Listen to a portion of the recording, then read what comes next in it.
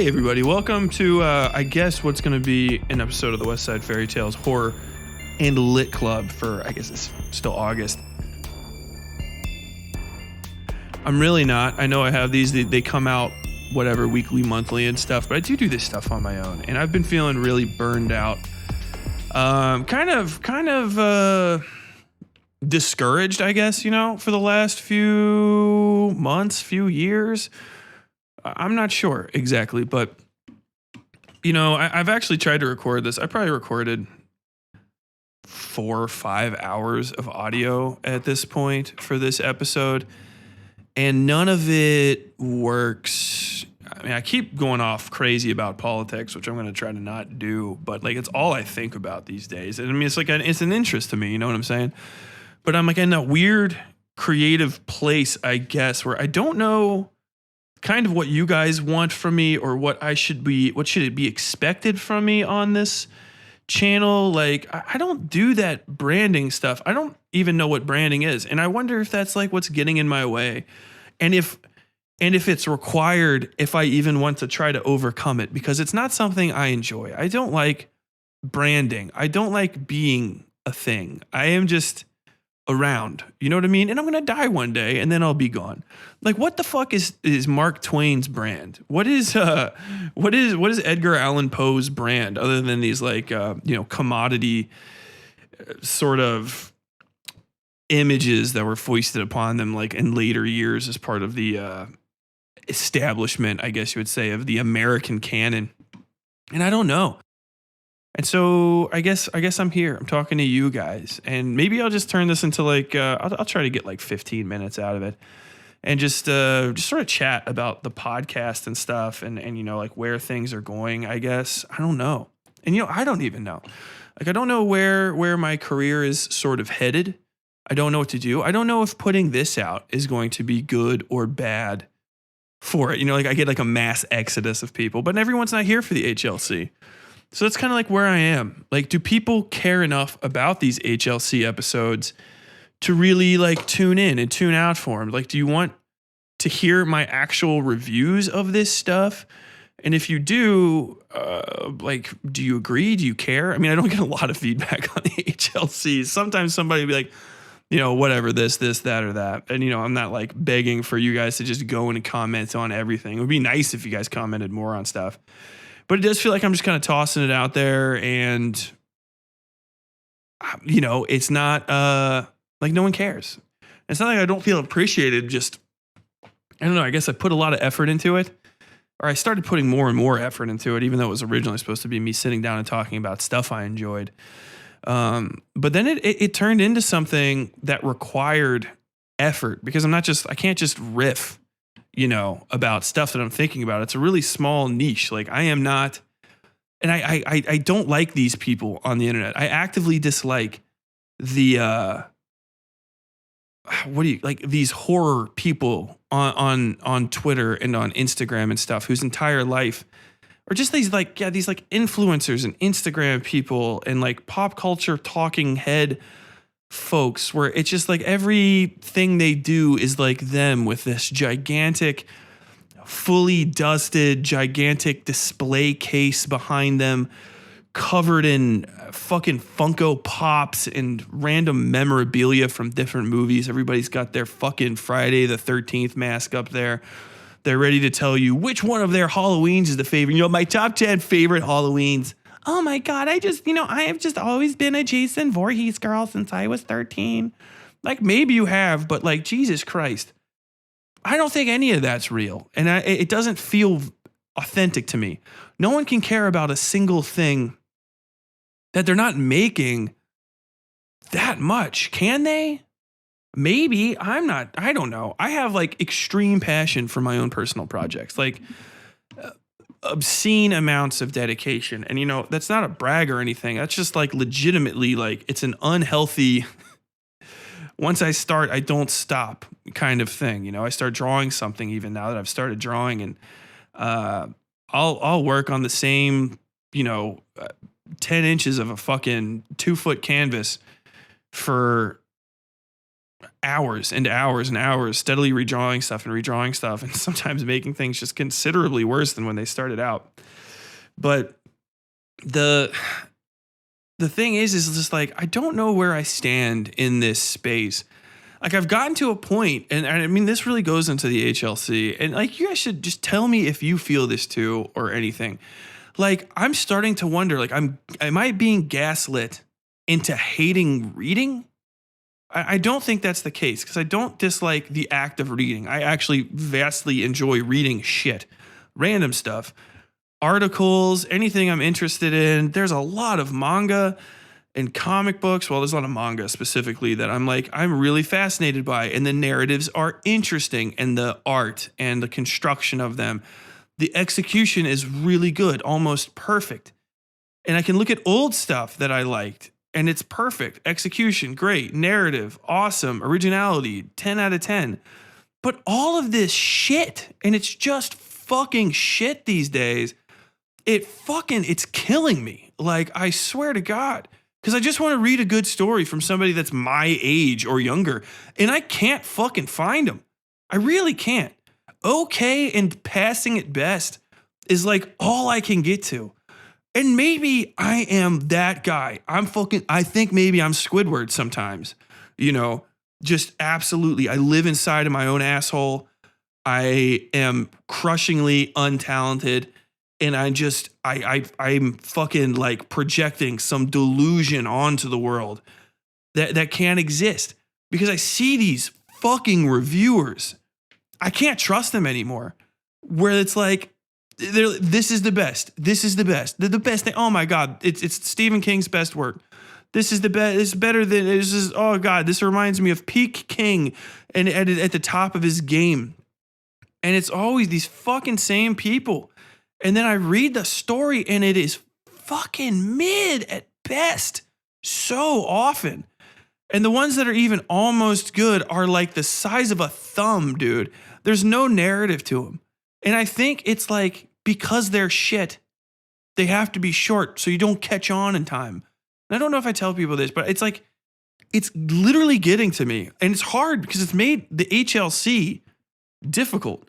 Because basically when I started this, I was like, I've got a gigantic backlog of great books that I can go through, you know, and I can talk about them. And I've got my entire, you don't realize how small your stack of favorites are until you talk about them once a month for a couple years, and then you run out, you know, and then you kind of get out of like, well, I can't recommend these anymore. And like, I keep running into trash, and I fucking started another one from somebody who was like, they're like, hey, it's the best. I'll fucking just say it. It's, goddamn, I can't remember his name now. My Heart is a Chainsaw guy. Stephen Graham, I think he's a Native American writer. I read another one of his, I don't know. It's called like The Fucking Heart She Bleeds or some shit. I don't fucking know. It's about a dear lady. I read it, man, maybe 8 months ago, listening to it off and on at the gym. And like, it's just bad, man. Like, there's no heart in it at all. It's just, it feels cheap, insubstantial. It's like a book that's been made to be forgotten. But then you hear people talk about these fucking books, and it's like, this is monumental. And it feels like there's just a gigantic industry-wide conspiracy. Because I never see anybody smoking books. You know what I mean? They're all in these gigantic, insane blowjob circles that just go around and around in circles. Like, oh, thank you for reviewing my book. You're the best. Oh, God, she's the queen of horror reviewers. Oh, thank you. This person's the best new voice upcoming in horror, blah, blah, blah, blah, blah, blah, blah. And it's just rough. Like, why can't I fucking get in there, dude? I have to be at least mediocre, you know? And I think it's maybe just I fucking write too much. I got too much to my stories. People are just in the market for fucking White Castle cheeseburgers, and I'm over here not even making steak, just like, bro, here's a fucking brisket. I didn't even put that much goddamn effort into it, but at least it's got fucking seasoning on it, you know? I looked up a recipe. I rubbed some mustard on the bitch before I threw it on the fucking grill. I seared it. I didn't freeze it for fucking 7 months and then insta inflate it in a fucking nuclear hot microwave. I didn't leave it sitting under a fucking heat lamp for 7 hours, drying until it's so fucking paper thin it feels like it's disintegrating on your tongue like a communion wafer. And it gets to me, man. And I don't have the energy because I keep trying to find new stuff and it sucks. It's all so fucking shit. It kills me. And like, I feel alone because of it. Like I really feel isolated. Like simultaneously the world's most unlovable person and like most outspoken asshole. And sometimes I wonder if I shouldn't just jump into it and start going hard, like really just ripping into books and make that my thing, because I fucking hate them. But it also feels like you're not going to be allowed to play if you don't suck some dick. I mean, like literally to that extent, like that vulgar. Like you literally have to like either demean yourself or just started at such a low space where it's just like, yeah, you've got to fucking, dude, tell me I'm nice. Tell me I'm pretty. Compliment me. Otherwise you don't get to fucking play. I've never heard a fucking single bad thing about a Stephen King book from any of these people. I've probably said this a million times. I love the guy, but I can give like a valid criticism, you know, like this doesn't exist in like the music world. The music world, people fucking smoke each other all the time. This was mid, this was okay, this was great, that sucked. And like, that's okay. But like I just finished Death Note. Death Note is amazing and then devolves into mid and then gets okay to pretty good again by the end. There's some really great parts. And like, if you accept that it's a fucking anime and put aside your, you know, hoity-toityness for a second, it's fire. It's great. I can talk about it at least. You know, I'll talk about those things in context, I guess, but I can't just do a straightforward review. Like Death Note's good, and it's good, especially for something that's old, but it does have its problems. It is not perfect by far. The end of it is absolutely thrown together. It is ass pulls all the way, which is crazy too, because it starts great, right? If you guys don't know about Death Note, this kid, he's the best high schooler. He's the smartest person in Japan, and he's 16. Or 17, I think. He finds a notebook on the ground that was dropped by a Shinigami, a god of death in Japan. And if you write in it, you kill people. It's got a bunch of other rules, right? And they create the thing. And he starts killing people to create his perfect world where he's going to be the god. And these detectives, first this guy named L, which provides the largesse of it. L is trying to stop him. And it's like a cat and mouse game. They basically know who each other are, and L has to prove that Kira, or Light, has been killing people, and he's got to prove how he's been doing it and figure it out so that he can stop him. And then on the other end, Light has to figure out L's real name so that he can write it in the book and kill him and eliminate his biggest competition, and the only person that can really put him in jail, I guess you would say. And so that's good. It's a great premise. It's extremely interesting, extremely novel. You know what I'm saying? Which I only get from fucking Japan nowadays. I swear to God, American writers are fucking boring, man. Maybe me too. You know, I need to just, well, I guess I do some more off the wall shit, but like, man, fuck another goddamn haunted house. Fuck another fucking slasher movie. Like, I cannot take, and this will actually probably get into Nope. I cannot fucking take this shit, this smarmy, cutesy, oh, are you a horror fan? I'm a horror fan too. Here's all the pop culture references. Like, dude, is this a fucking Family Guy, very special Family Guy Halloween episode that I'm fucking watching right now?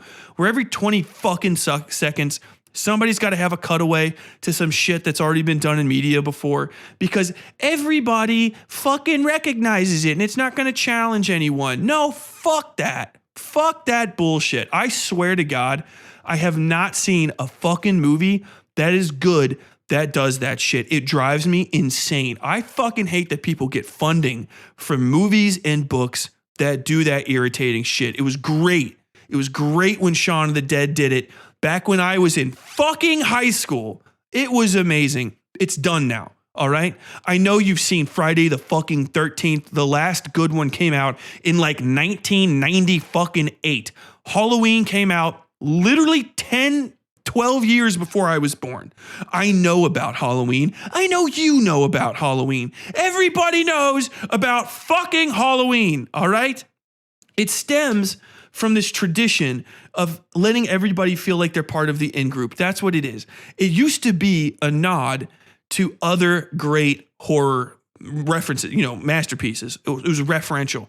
But people do it now in this stupid fucking pop culture way where it's only the most banal surface references to shit. Like the fucking like somebody referencing a doctor. Oh, he's like the Dr. Loomis of this thing. He's the, oh my gosh, he's like he's just pure evil, wink, wink, wink, nudge, nudge, nudge. And then you'll have like one or two like random indie things nobody's ever fucking heard of. But like you don't even have like that good of a fucking horror background, man. Where the hell is your Rosemary's Baby? Where are my fucking Rosemary's Baby references? I don't give a fuck if it's from that pedophile Clancy. The movie itself is fucking awesome, all right? It's a great story. It's a great setup. It's fucking bizarre. Where are my references to the goddamn thing? And shit. If you're gonna do cutesy fucking references and do deep ones, man, do blood tests. I love the fucking blood test. That's a great reference. Where's my fucking Jacob's Ladder references? The Japanese love it. Japanese motherfuckers reference goddamn Jacob's Ladder either intentionally or via Silent Hill all the fucking time, and it's great every time because it's just stunningly visually perfect, It's got such a fucking vibe. Where are my Geiger references? What happened to fucking wondrous, horrific nightmare sex scenarios in these things that aren't even like really sexual? It's just gross and grimy and like extremely uncomfortable. No, all I get is this padded tongue-in-cheek, don't worry, the blood's not real, the blood's fake bullshit from people. Like they're trying to fucking simultaneously do padded gloves and not offend anybody while also like living in the genre that exists to literally fucking fuck with people. And you don't have to go and pick on, minorities and LGBT people and trans people to really get under people's skin. There's better ways, more fucked up shit that you can do. You know what I'm saying? Literally just fucking start watching Korean and Japanese movies minimum. Their entire fucking catalogs over there of like, I never saw that before. And it drives me fucking insane because I think it's like powered by this indomitable capitalist nightmare world where we just have to keep churning out same versions of some other person's shit. Like literally, you can only just continually every fucking time you've got to submit to one of these moronic, parasitic fuck boy agents, whatever. I don't give a fuck. They don't pay my goddamn bills. You guys do. Fuck them. If they want to sign me and make money, then now I'm fucking here. But until then, they can eat shit. Fuck them.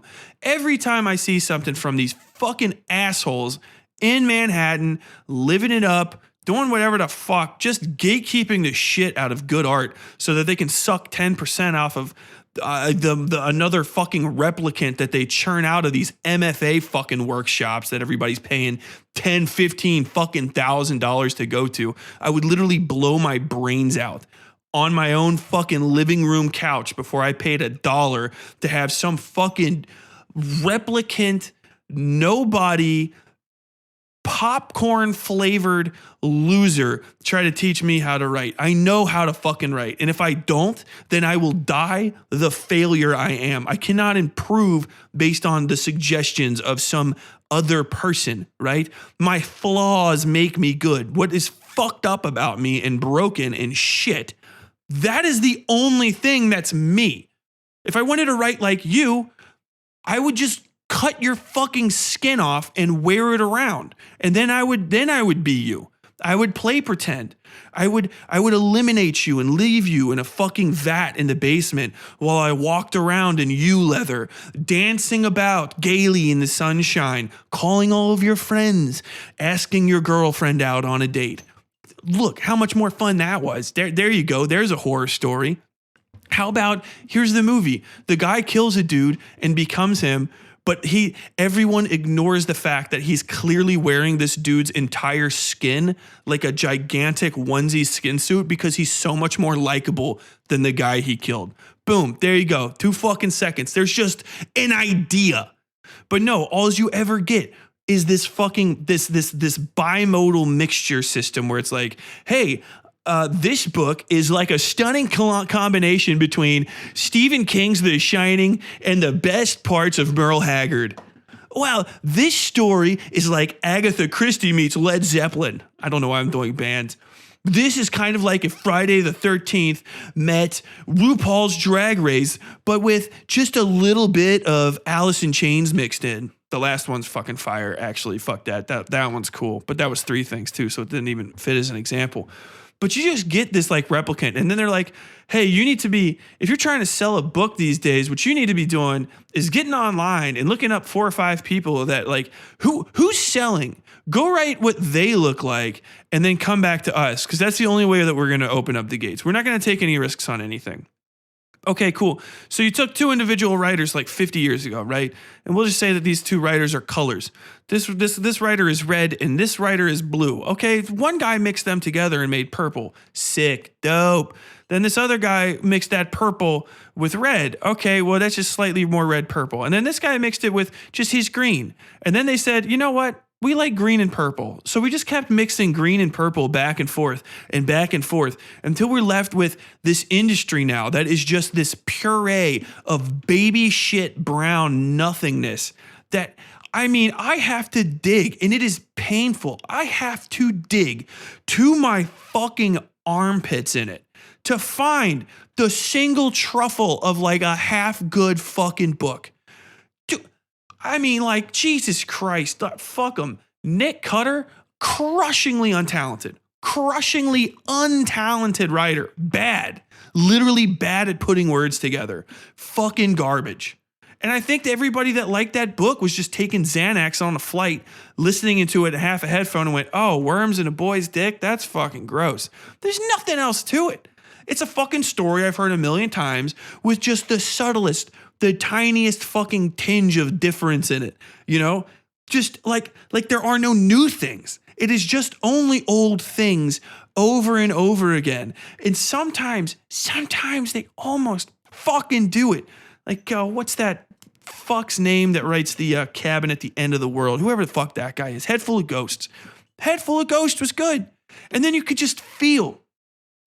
feel this fucking like we need to appeal to wine moms and I don't even know who, Oprah Book Club wannabe communist fucks, not communists, just corporate fucks that just want to reach in there and just strangle the little bit of goodness out of it. We really need to appeal to bloggers. So let's put a fucking blog in this that just sounds like shit. It reads like ass. It fucking ruins the entire pacing of it. And then I've been reading other stuff. I read one book. It was nothing in it. It was just nothing. I can't remember what the fuck was in the book. I listened to it while I was playing Subnautica, which is like saying I listened to it while I was driving through the fucking Serengeti. I was literally doing nothing while listening to it functionally. And I listen to stuff in the gym, and when it's good, it fucking slaps. Like, I refuse to believe that if I actually held these things in my hand, it would be any better. S.A. Cosby's the best horror recommendation I've gotten in fucking months. And it literally is not, by any stretch of the fucking imagination, horror, sci-fi, fantasy, really even speculative fiction at all. It's crime fiction. It probably could have happened if it didn't actually happen level fiction. Nothing is remotely impossible in that book. You know what I'm saying? But it's still good. Why? Well written. Interesting premise. I liked it. Black dude in for one last job. He lives in the fucking American South, so he's already got a lot of fucking shit going for him. He's a fucking muscle car guy. Right? There's street races, shootouts, bank robberies gone wrong, and he's fucking gonna lay down the hand of justice when somebody tries to betray him. Fuck yeah. That's so fucking American. I love the fuck out of that. It's great. Perfect even. A perfectly good book. Not my genre. Not something I'd typically pick up, but you know what? I might even fuck with some more S.A. Cosby because I swear to God, of all of the writers that I follow right now, one of the only tolerable ones. One of the only tolerable. And Jesus Christ, the online. Oh my God. They're on Twitter blowing each other like fucking relentlessly. But yeah, the thing I was talking about, if you want to talk about references in at least horror movies, and you know, the book people do this too, because I get the feeling a lot of these books are meant to be they're meant to be turned into movies or whatever, and it's this whole fucking it's like a pipeline of shit getting flushed directly into the Pacific Ocean with just some panhandling dudes in linen suits and those yellow sunglasses that you only see people wear east or west of the fucking Mississippi, just panhandling through just gallons, hectares of human shit for one fucking golden kernel of turd. And when they can't even find that, they just go for the whole nugs and spray them and turn them in at the end of some corporate board meeting. Hey, buddy, I bet you wouldn't. Do you understand what's going on right now? This is what would happen if we introduced, imagine Marlboro cigarettes meets Old Tom whiskey. All right, we get them together. They're going to do something crazy. Who knows what it is? It's like, it's going to give you fucking cancer, emphysema, and make you lose your job. Even when they get a goddamn good fucking corn kernel, they got to replant the shit out of that fucking thing. And I guess people eat it up, but I think it's mostly because there is no other option. And I think they maintain that. The point is not to make good stuff or even to maximize the amount of stuff that they make. It's to minimize people's access to different shit. And that's the most important thing to them. Because even though I can get on Amazon and stuff, I can't afford $5,000, $5,000 fucking dollars in advertising and public relations shit. Dude, I have to take a fucking lien out on my house to pay that shit. But that's what they can do. They pick one or two people. They see who's going to get to the fucking book club thing.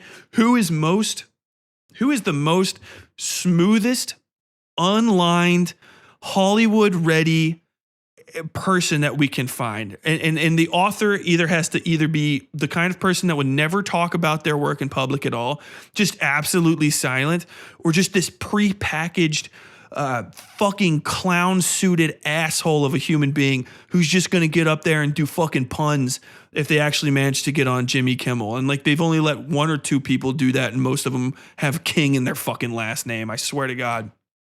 But like, Nope does a good job of this referential shit. You know what I'm saying? It loves what it loves without it being like in the way. Like, I just don't even know how to explain this.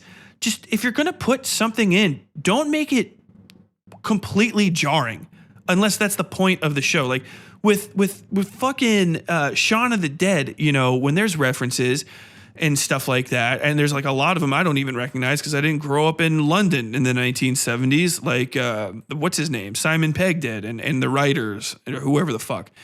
You know, I didn't grow up in London in the 1970s, so they have all kinds of music references and stuff, but I still appreciate them, and I feel like invigorated by the references because they seem like they're, you know, it's incidental, I believe, to the point where they're like, either they had a joke about the reference and we're like, oh fuck, I wonder if we can get that in. And you know that if they couldn't, they eliminated it. Hell yeah. Or they were just writing and like they went, oh no, like, look, this is a pun for the name of that record. And then we can just throw records at them. Oh, hell yeah. That sort of thing, you know, that's great. I love that. That's fucking awesome. In Nope, there is a perfect Akira slide, and I almost shouted in the theater. I was like, "Oh yeah, look, you did it!" Because I've always wanted to see a good live action Akira slide where you can't see like any ropes or anything, and that's actually like sensible to the plot. Like, there's a reason for this person to be doing an Akira slide. If you don't know what that is, just look it up. All right, it's deep cut anime meme shit, but don't worry about it. But he gets it in there, you know, and there's a few other references to stuff, but most of it's like background shit. All right. The point of that whole story and why it's even good for this anyway is that Nope is extremely aware of the meta. And awareness of the meta is literally what the story is about. I'll probably spoil some shit. If you don't want to hear this, just turn the episode off. I don't care at this point. But the point of Nope is that it is a story about spectacle and people's self exposure to like the loss of dignity and the kind of the glass separation, the fourth wall separation between like the primal and dangerous reality of the world and, you know, your viewing experience. And when that's broken, how dangerous that can be. And it sets up and defies expectations and like as a part of the plot. And it's very aware of what it's doing. It was an intentionally crafted film. I think it's functionally, I would say, perfect. I can't think of any problems that I had with it. And any problems that I do have with it, I think are almost intentional. I guess the only ones I could say was there is a shoe sitting up on its edge in the chimpanzee thing, and that's never really gone into. But I think I like that too. I like the idea that in the midst of all of this bloody chaos, there was an unironically interesting thing happening that no one saw. Like an impossibility occurred. This kid witnessed a miracle, right? It was a shoe defying gravity. It stands up on like its toe so that it can't fall. And while this chimpanzee, this is the spoiler. It's not even really a spoiler because I think it's the first fucking scene of the movie. So while this chimpanzee, it's on the set of a 90s sitcom type deal. And there was a chimp in the show and a balloon popped and the chimp just started murdering everybody. It killed like two of the castmates and mutilated one. I think it chewed her face off. And then like ran around and gets its head blown off at the end of that particular segment, which takes place at the beginning and end of the film. And during all of this, the kid notices that in the middle of the area, one of the women's shoes got kicked off. It's like a loafer. And it's sitting up on its toe, straight up and down, like miraculously in the middle of all of this carnage.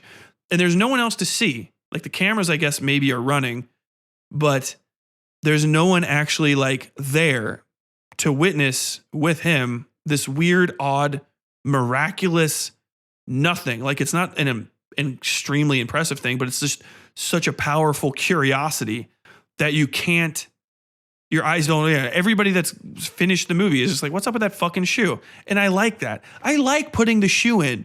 Fuck it. The shoe doesn't need to be explained either because it's such a small thing. It's so insignificant that I think even like Jordan Peele is a really good writer. All right. That doesn't mean I like all of his stuff. I thought Us was pretty fucking mid. Honestly, it felt rushed. I feel like maybe somebody fucked with him while he was writing it, or he was under contract to somebody and was just like, I'm going to get rid of this one. Fucking gone. Maybe he really, really loves it. And if he heard me say that, that would hurt his feelings. But I don't really give a fuck. I don't know him personally. And he can wipe his eyes with $10 million pretty casually. So yeah, he's going to be fine. But he writes stuff pretty specifically, and it's short. You know, you can really get the entirety of everything you want to say inside of a script. And he's got a lot of people to help him with that too. And so I think really that shoe is just like a, hey, and even if they forgot about it and left it, I still like it.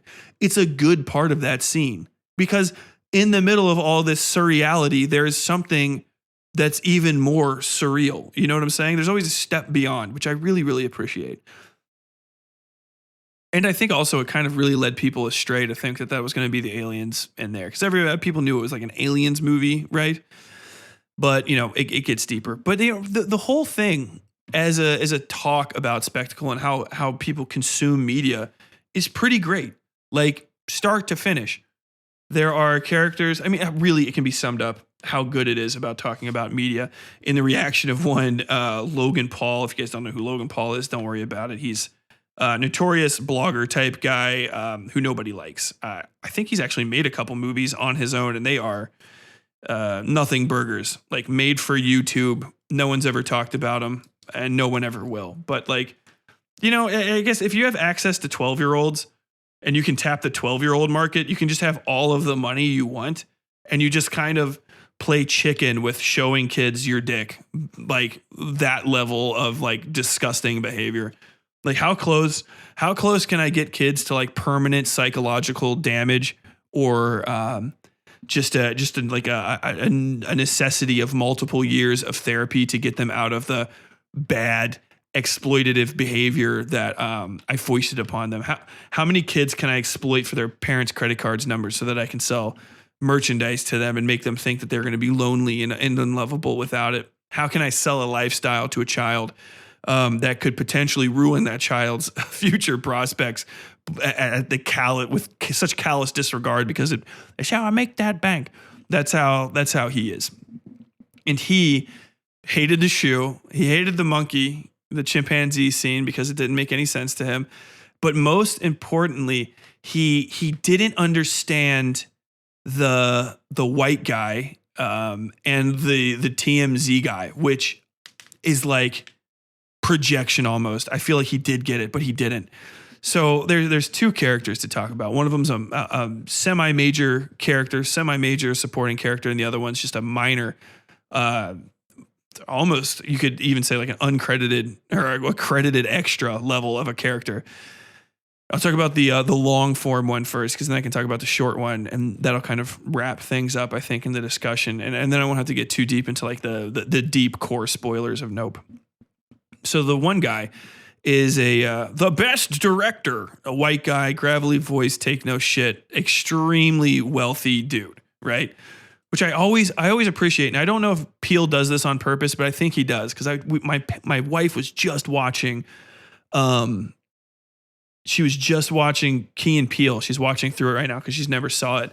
And they did a sketch about how just completely divorced from reality Jaden Smith is, and how like just wealth, prolonged exposure to wealth, and especially being raised in wealth, will just completely detach you from existence, which I also believe. I think that's fundamentally true. Like, you just don't know. Like, a lot of people haven't actually seen the world without the handrails. I have. I've been into the world without handrails. I spent a whole 20 months of my life in it, and it was horrible. But it's also extremely open. You know what I'm saying?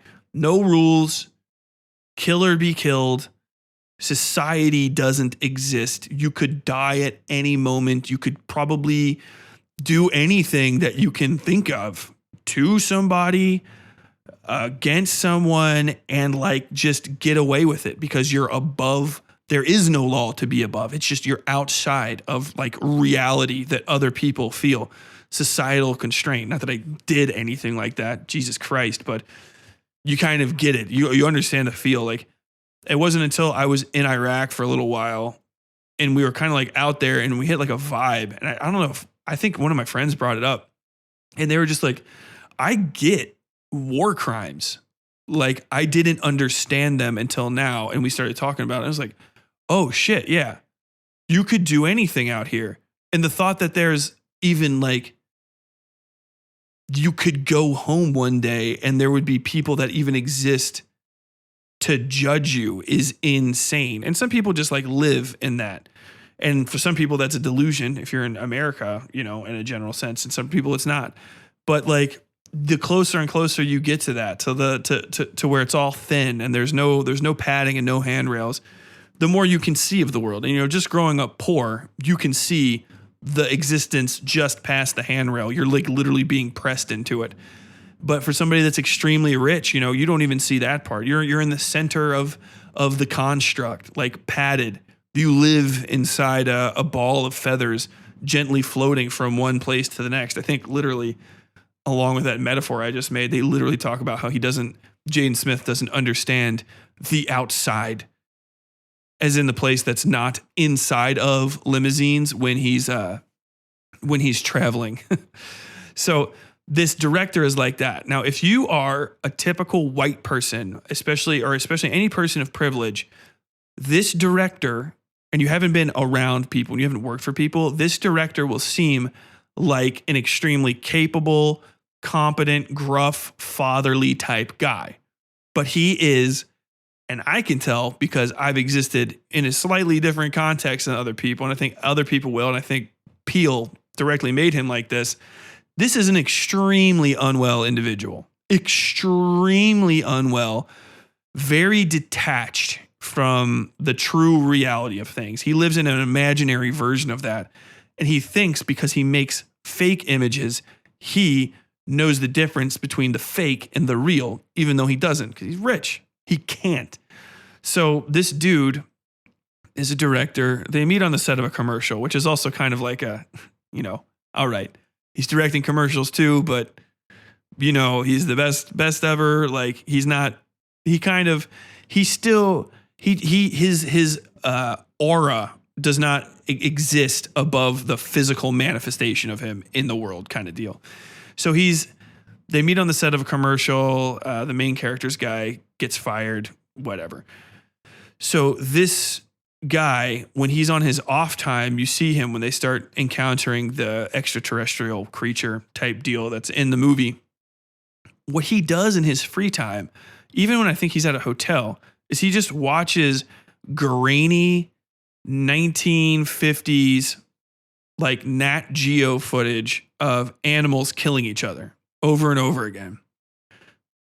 Tigers taking out gazelles, snakes wrapping up alligators, short clipped, like vibey scenes. You know what I mean? It's like literally, and if you're watching him like that, you might think he's cool if you don't have the vibe. But I've known this guy before, and these people are very unwell. It actually reminds me extremely of a dude who was on my first deployment, whose name I won't say because he's still he's around. He's out of jail now, but he used to talk to his gun every night. He would talk to his gun, and he would stare at his gun, and he got it Christmas presents and wrapped it up in a bow and would talk to it like it was a real person. And then, of course, he just arbitrarily murdered an Iraqi policeman after a firefight for no reason. People saw him, he just shot the guy to death. He was taken out of combat after that and put into prison for like 4 or 5 years. And then he's out now, but very unwell.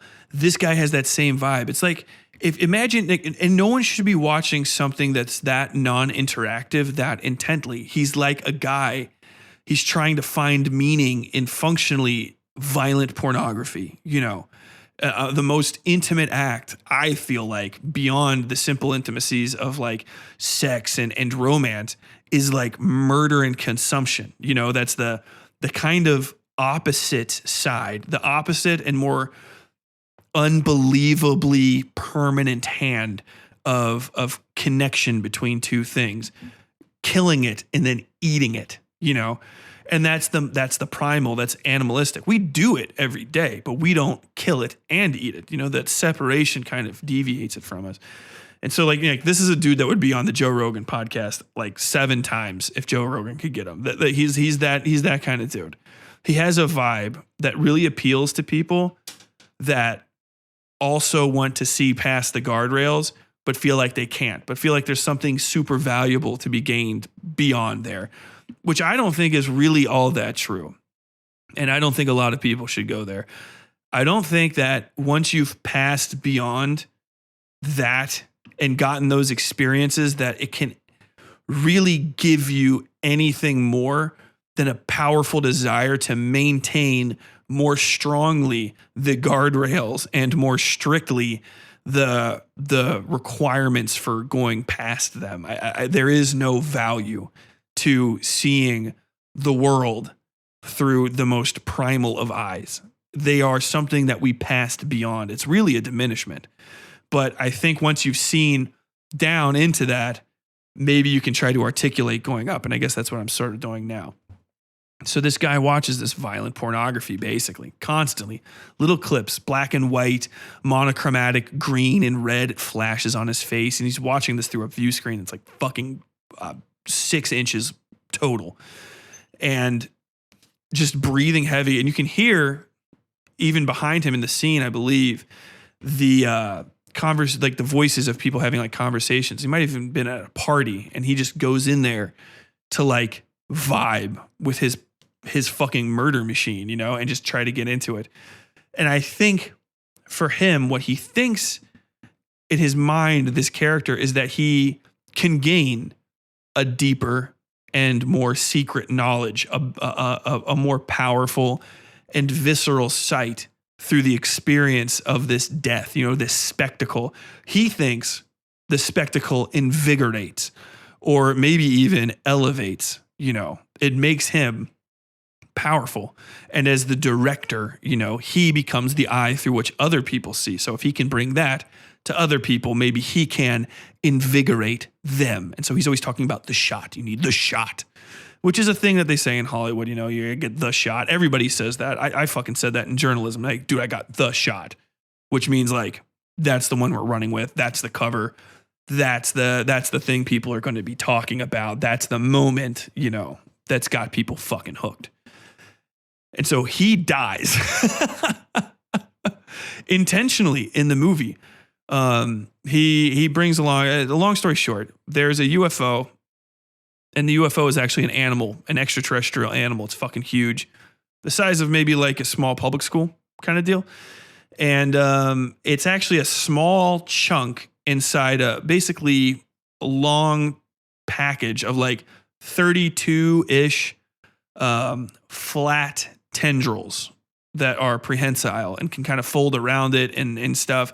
And those things work with some sort of electromagnetic force inside of this thing to bring food into its mouth. And it's basically just a feeder, right? Very similar. I think it would be like a filter feeder if you compared it to real animals in the wild. It doesn't really hunt.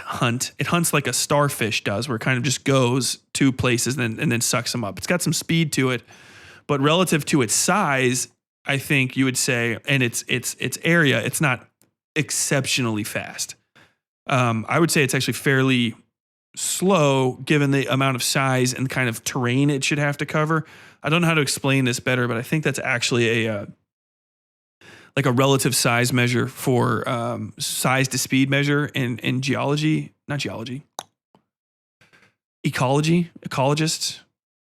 whatever the fuck, not ecologist either. What is animalology? I can't remember. I'll get it back. I got brain damage. I'm sorry. But, basically the size of the animal relative to its hunting range and the amount of time it takes to cover its hunting range is its like true speed. You know what I'm saying?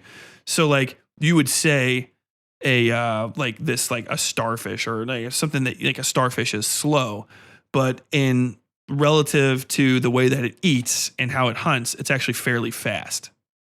Now, if you just do gross, like non-relative, like comparisons, yeah, you got like the peregrine falcons going like 200 miles an hour or whatever the hell when it dives.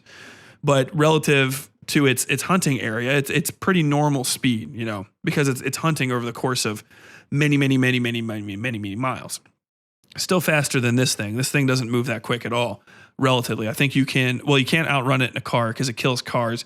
But I think its max speed, if I had to guess, it's slowly gains on a horse at a gallop, which is like 55 miles an hour, I think. So it's probably its max speed is probably about 65, 70 miles an hour, which, fast, right? But I don't know how much energy that expends for it and stuff. And who knows? Maybe it's even faster and I'm being crazy, but this is completely pointless. Anyway, the white director dude, he gets up there and they're watching it hunt. So they got to catch it and they know it's going to go fast. It lives up in the clouds and then it kind of comes down, vacuums stuff up and goes. Eats horses, eats people, eats whatever. And so this guy, once they get the shot, he goes crazy. Not crazy. He doesn't go crazy. He just goes himself and he runs out and purposefully attracts the creature because he doesn't think that shot is sufficient enough. And gets eaten and takes video of the inside of basically video of himself and then like falls apart at the end and he's screaming and like, oh, I'm getting fucking eaten, and tries to video himself basically being devoured by the creature, which kind of speaks to the nature of his perversions. Is he to devour? Is he the devourer? Which I really like. I feel like you could talk about that character a lot more than one Logan Paul might think. But and everyone's like, he's fucking crazy. But I really like him diving into it because that's a reoccurring motive in the thing. The monkey that everybody thinks they have under control and that they have plans for goes crazy and kills whoever's working with it. The audience at one point that arrives to watch the UFO show that's put on by the kid that survived the monkey massacre also get eaten. They get devoured. The thing changes up its repetition and it attacks. And they all get eaten up. They get sucked up. Women, children. It's fucking monstrous. Everybody and they all die. They get squished and bled out because the thing is choking to death, and it has to like basically constrict its entire eating passage to blow out what's obstructing it, and then also the people that it just ate. And it squishes them out all over this house, like, and vomit. It's dope as shit. Super metal. But they get eaten. And the best thing about that is not only is the kid that survived that one massacre there, but also the woman, the girl at the time who was his co-star, whose face got ripped off, even she goes to see this, which is perfect because they don't learn. You know what I'm saying? The spectacle and the capitalist pursuit of wealth fundamentally, is the heart of this story. And, the amount of danger to the animals, the amount of danger to the people is just like, it always comes second fiddle. The main character goes out and purposefully taunts the thing so that they can get the shot of it. He's the most balanced. He has the most respect for it too. He treats it like an animal, which is, I think, important. There is like talk during it of, the difference between treating people like people and animals as animals. And there's kind of like a subtext, because this guy is his name's OJ. Yeah. His name's OJ, and his sister's name, I can't remember. I remember his name because they make a joke about it because OJ Simpson, whatever. But him and his sister are the children of a guy that's had like the longest running horse company in Hollywood or Hollywood adjacent areas. So it's been going on forever, and they do show horses type of deals and run around. And so OJ is not very good in front of a camera and stuff, and his sister kind of is. And along with that kind of comes there's a subtext to it of just the presence of black people alongside animals inside of Hollywood, and just kind of like how they were not just portrayed, but how they were allowed to interact with the industry as a whole, what their value was to it. As they say, and it's something I didn't even realize I didn't know. I knew that the clip was what it was, but I just didn't know what was in it because it's fucking grainy as shit. But the first video ever recorded is of a black man riding a horse. It's like a 7-frame movie. The entirety of the horse's one gallop is the entirety of the movie, and that's the first, what we consider the first motion picture. And so that family kind of descended from, I don't know if they descended, but they might have named it after. I can't remember. There's a whole little speech about it, but they have a very strong connection, multi-generational connection to that little scrap of film and stuff. But obviously, if you just even think multi-generational black family working in Hollywood, like, what's going on and shit. And you can really just kind of see how like solo they are and kind of how distant and kind of how like not really taken seriously as much as, the other people that are on set. And so like it kind of sets the pace for the movie.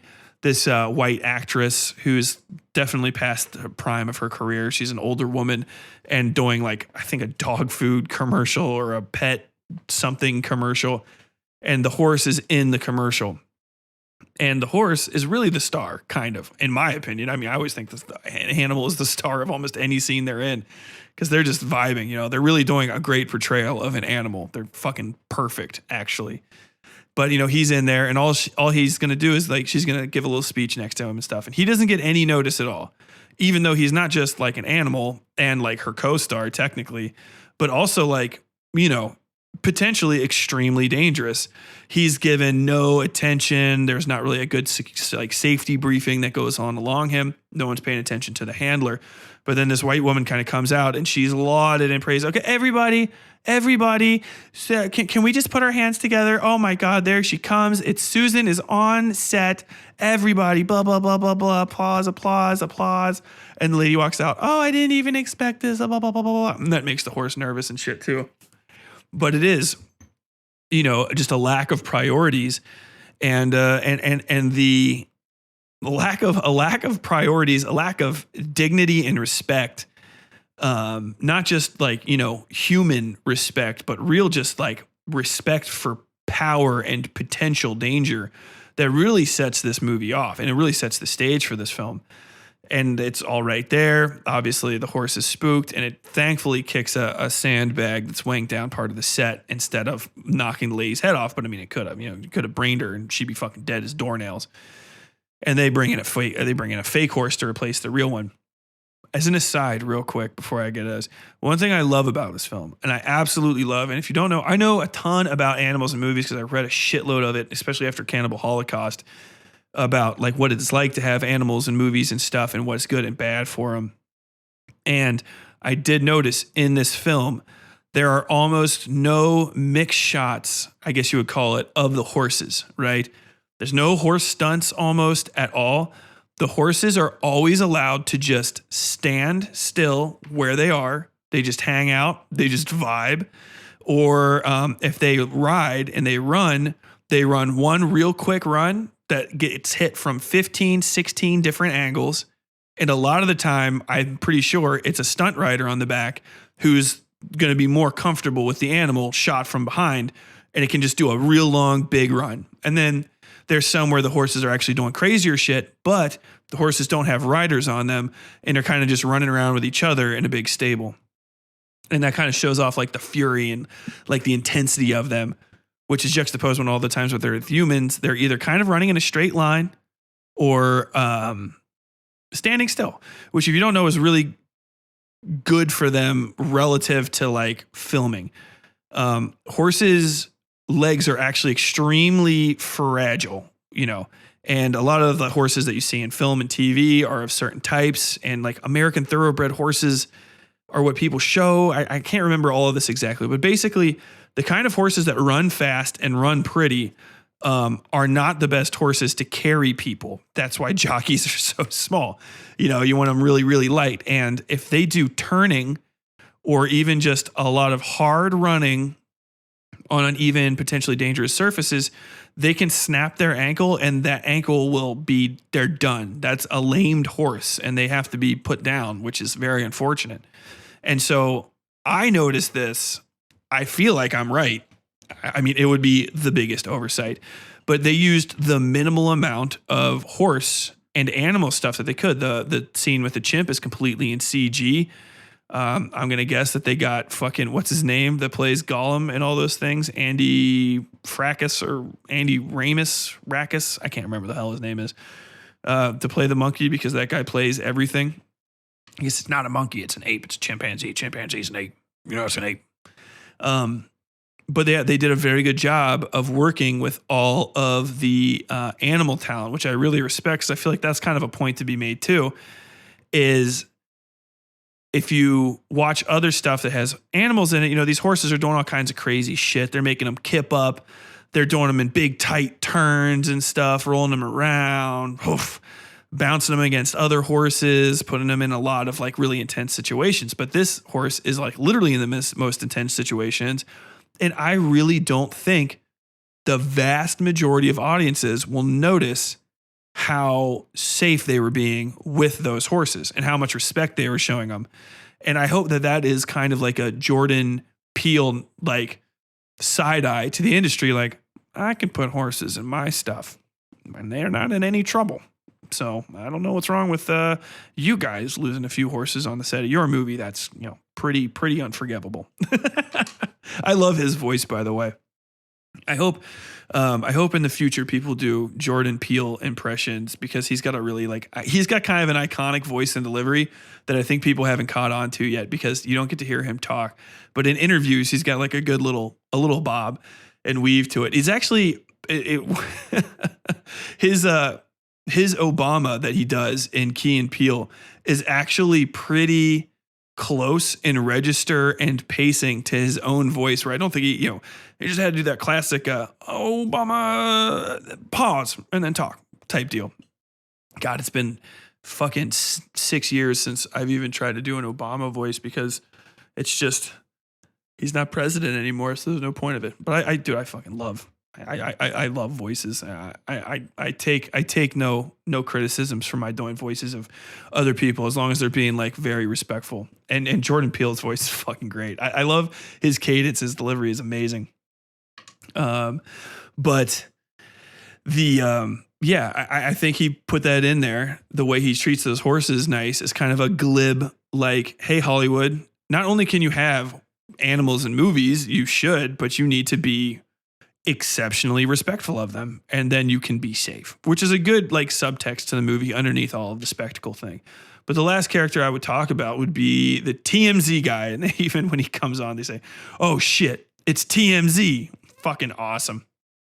And like the TMZ dude drives up and he has the perfect costume. It is the ideal. And I love it because I swear to God, maybe Logan Paul's actually a genius. He might actually be like a genius, or he's one of those things where it's like everything that is opposite of what he thinks is perfectly correct. Because he was like, what is up with this guy's outfit? His outfit's fucking ridiculous. So this TMZ guy shows up. He's on an electric bike, shooting into this is like they live in the desert, right? Out in like fucking, I don't know, Palomino or whatever the hell. California. If you're from California, I'm sorry, I don't know. Riverside, they probably live in Riverside, out near Riverside area. Just desert, but not 100% desert. They got a little bit of that, what you Californians call like trees in the area. I don't know what the fuck the horses eat, but they're out there. And it's pretty rough terrain and shit. And he drives out and you never see his face. He's wearing a full body silver motorcycle suit and has a full face helmet on that is perfectly silver reflective with a tiny little black circle where his right eye is so that he can look through his camera. And he has this fucking 6 camera rig. I think there's actually like 4 on it with like a main, like a DSLR main, a backup DSLR, his actual like live streaming cell phone on it. And then like, I think maybe just like 3 or 4 like mics too might be rounding out what else I saw on it. It's on this big rig that's on his hand, like a fucking, it's like a claw, like a tree monster's claw kind of sticking at you. It's just absolutely absurd. He's like, hey man, don't you want to be on TV? He's got this like coked up everything everywhere all the time type, cocaine energy to him. And he's just way too intense. And obviously he tries to go get the shot of the thing, and the thing, if it's close, the extraterrestrial, whatever. Oh shit. What do they call him? Oscar or something.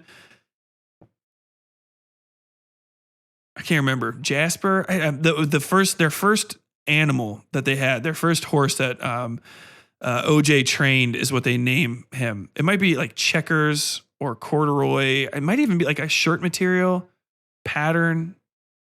Patches, I can't remember, but it's multisyllabic. That's the best I can do. But anyway, they named the ET that, and the guy tries to go get a picture of whatever the hell is going on. He's actually trying to get to the ranch down the road, which is they're both inside of this big ass coulee, and at the back of it is where the other ranch is, where the ET has been eating people. And completely cleared out this entire town and all the horses and shit that were in it too. But not the one pig. The pig was on the roof. And he drives down there, and the closer he gets, when he gets close enough, actually, all of his electronic devices kick out, and it throws him off of his bike. And, they try to go get him before the animal can. And all you got to do is look away from it and then just kind of like get the hell away. And you can kind of like avoid getting eaten by it in a general sense, as long as you're not inside of its gigantic cone of like eating suck up space. So this guy all the way to the end is just going, did you get a shot? Did I get the shot? Just pick my camera up, get the shot. You got to get the shot. And that's really it.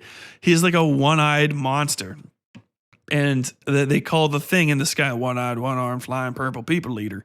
They do a whole like big fucking ghostly rendition of that song. And like, one-eyed, one-horned thing, one-eyed like a camera, obviously. So this guy is just he's just like this amoebic creature, like literally, even though he's a human being, he is like a single-celled organism. And like that's one of the other great things about this entire deal is like I feel like my man Jordan Peele is about fucking Nat Geo. Like he's a fucking organic, like the fucking the greater world. God damn it, ecology head, anthropology. That's people. What are fucking phonology? No, I can't remember what the hell. I know what I'm supposed to be saying, but he's just big into like the Nat Geo, just all studying all the animals and knowing shit. Because like as a person that also studies not just like normal animals, but like really archaic, kind of like creepier deep sea monsters and stuff. Mostly because, hey, I'm going to be a fucking horror writer. I need to know about some stuff that's not just like goddamn tiger. You know what I'm saying? I really appreciate the amount of research he did because I really, really like that shit.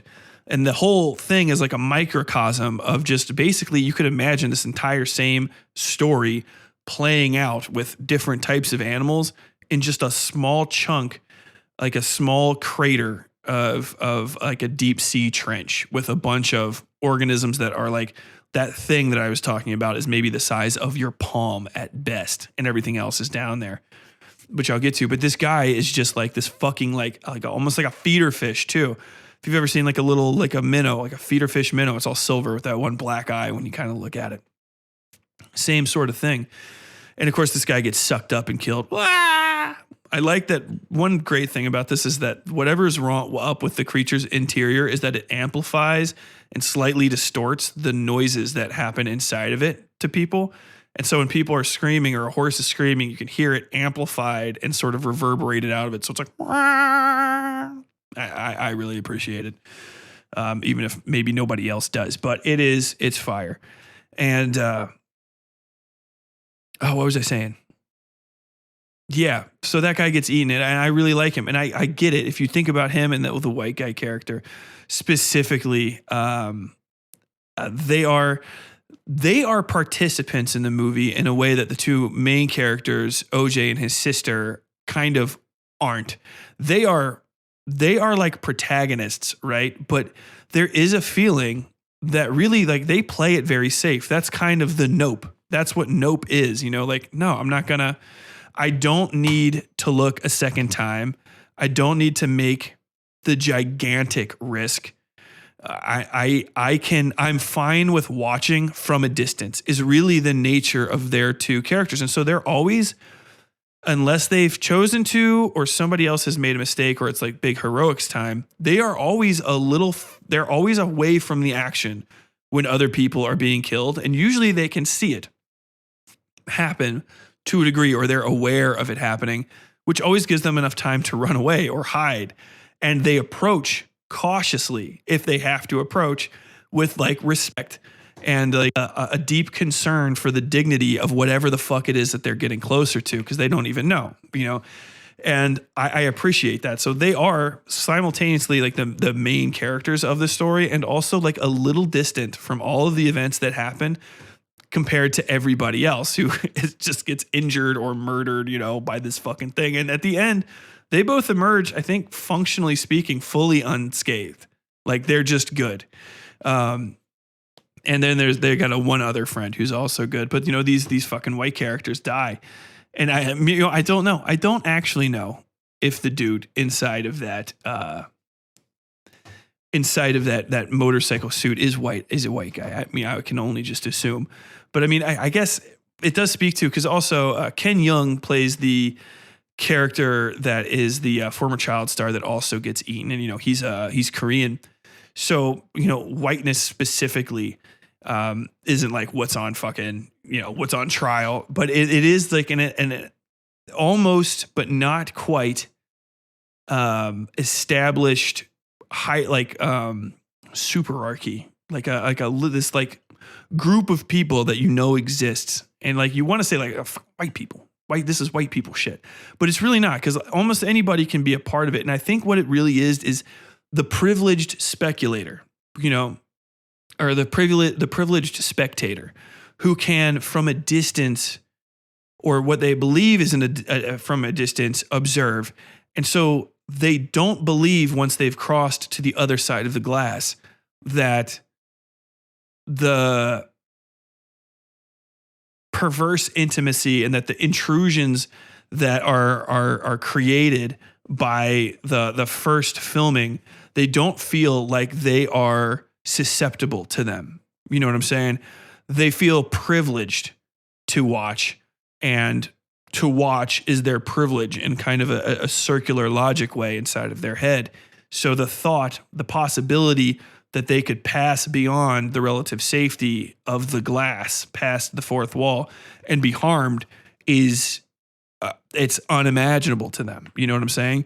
It's kind of like seeing the guardrails, as we were talking about, be ripped off all of a sudden, and then you're just out there without any like training or understanding of how to conduct yourself. And really, that entry into the to the savage world where the old rules apply, the inferior but extremely strict and extremely violently enforced rules apply and are inarguable. You know what I'm saying? If you told, like, and I think this is a thing too. And you know, this might be me kind of going on a fucking run, but this is something I do know about the way black people were treated in America, is that you used to not be able to look a white person in the eyes. I mean, there's still probably places where you can't do it, but for a long time in America, like 150, 200 years, like you could get fucking killed like on the spot for just meeting somebody's eyes. And so there's a thing in like black culture about like looking down at the ground, like, you know, kind of keeping your eyes down and stuff. And that also goes with keeping your head down. And so like you can kind of tell that existence with OJ being like, hey man, I'm out here in the normal world. Like I wouldn't just, if something's authority was imposed to me, against me, and in the typical world on the right side of the guardrails, I wouldn't just stare at the ground. But his absolute obedience to the rules once he's on the other side, and he knows like you can't look at the monster. If you look directly at it, it'll attack. It knows you're looking at it and it hates eyesights. He looks down with a very demure, not demure, that's the fucking wrong way, but in a very, very respectful, kind of almost like, you know, like prostrate way, like the way you would look away from God kind of stuff, and with an absolute respect for the animal and for the rules of being around that animal. It's 100% subservience to that rules. And that keeps him alive because he's on the other side of the guardrail. You know, that's the old guard. It's the horrible way of living. But he knows that because he's close to it and he has respect for it. And I think that that's like a really intense moment.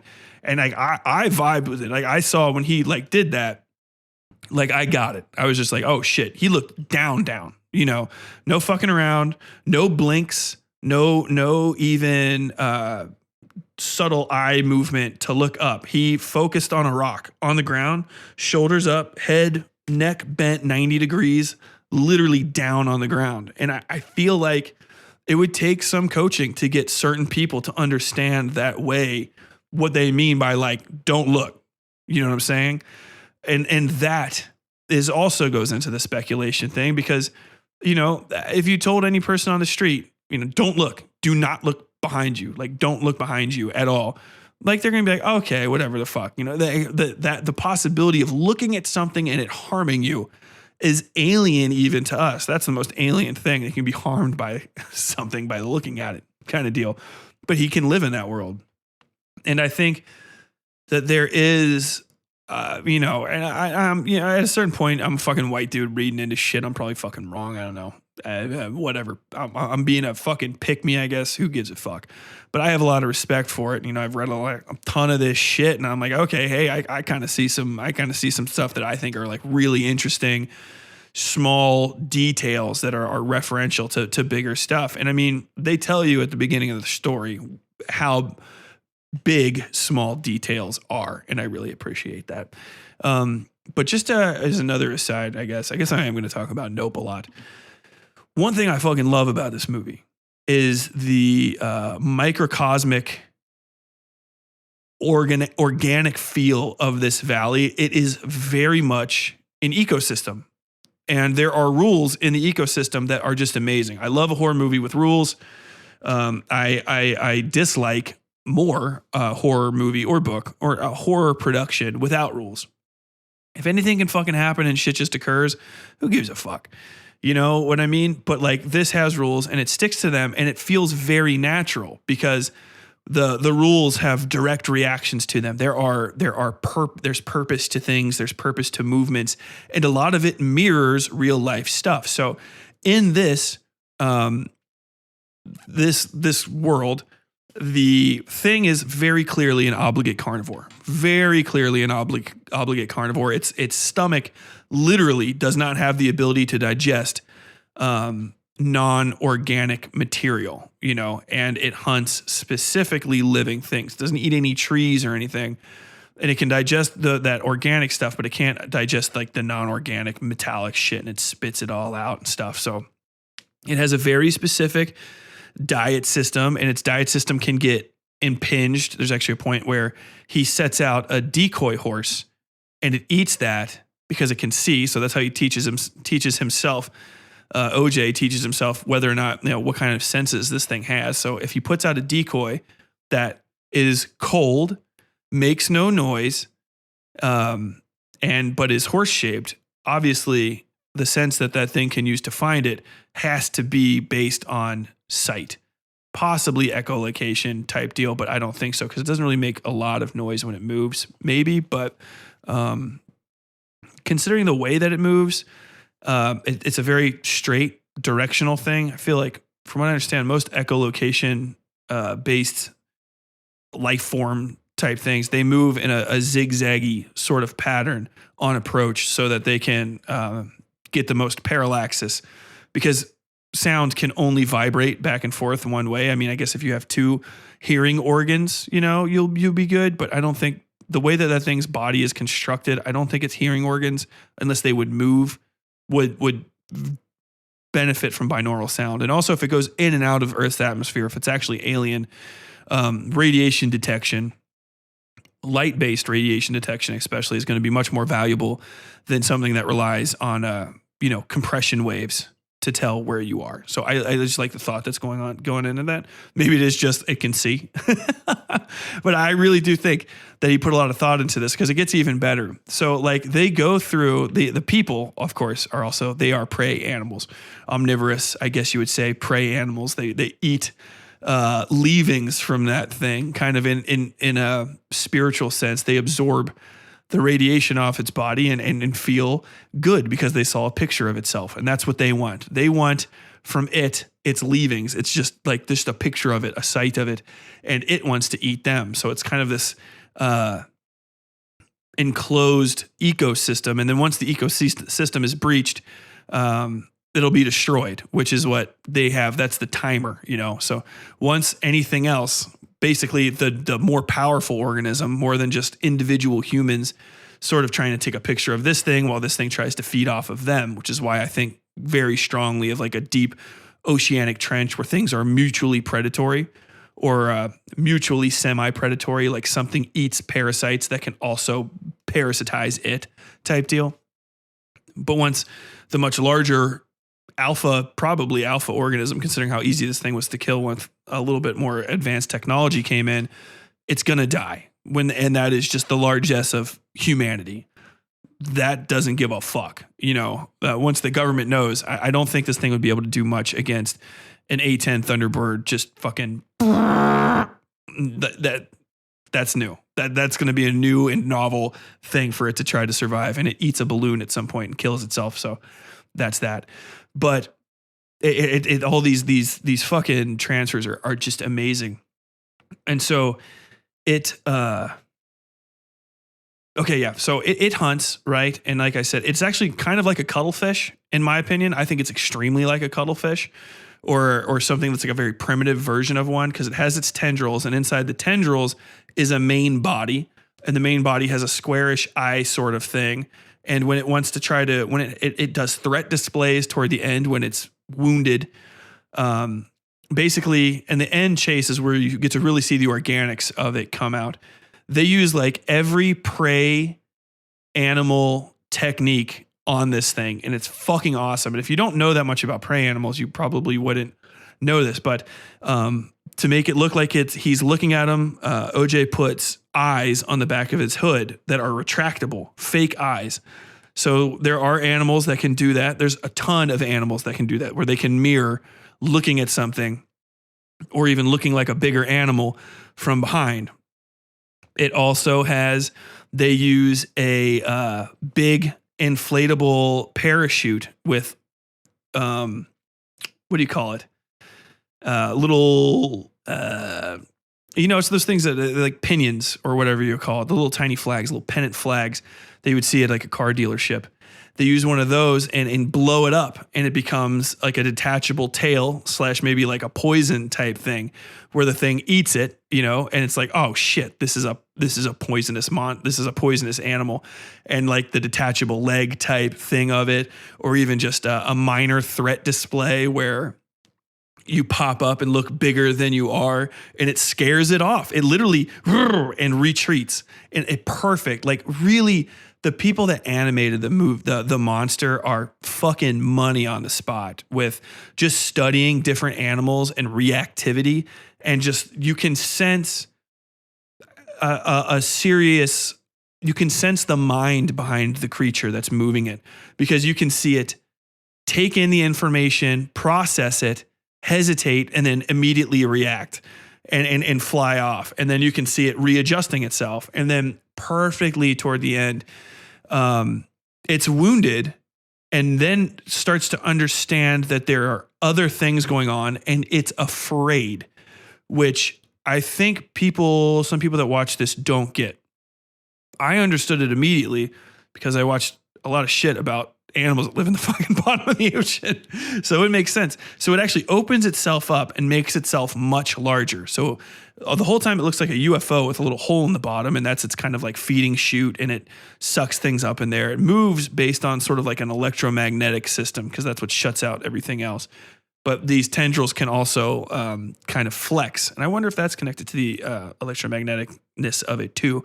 But they also seem to kind of hold air to a degree. And I don't know if that's intentional on the creature's part or not, because maybe it hunts on Earth a lot, and maybe it hunts in multiple different ecosystems throughout the universe. And our oxygen heavy, air heavy, but very placid, ultimately, atmosphere fucks with it in a certain way. I don't know. Maybe it could hunt underwater. You don't know, which is very interesting to me.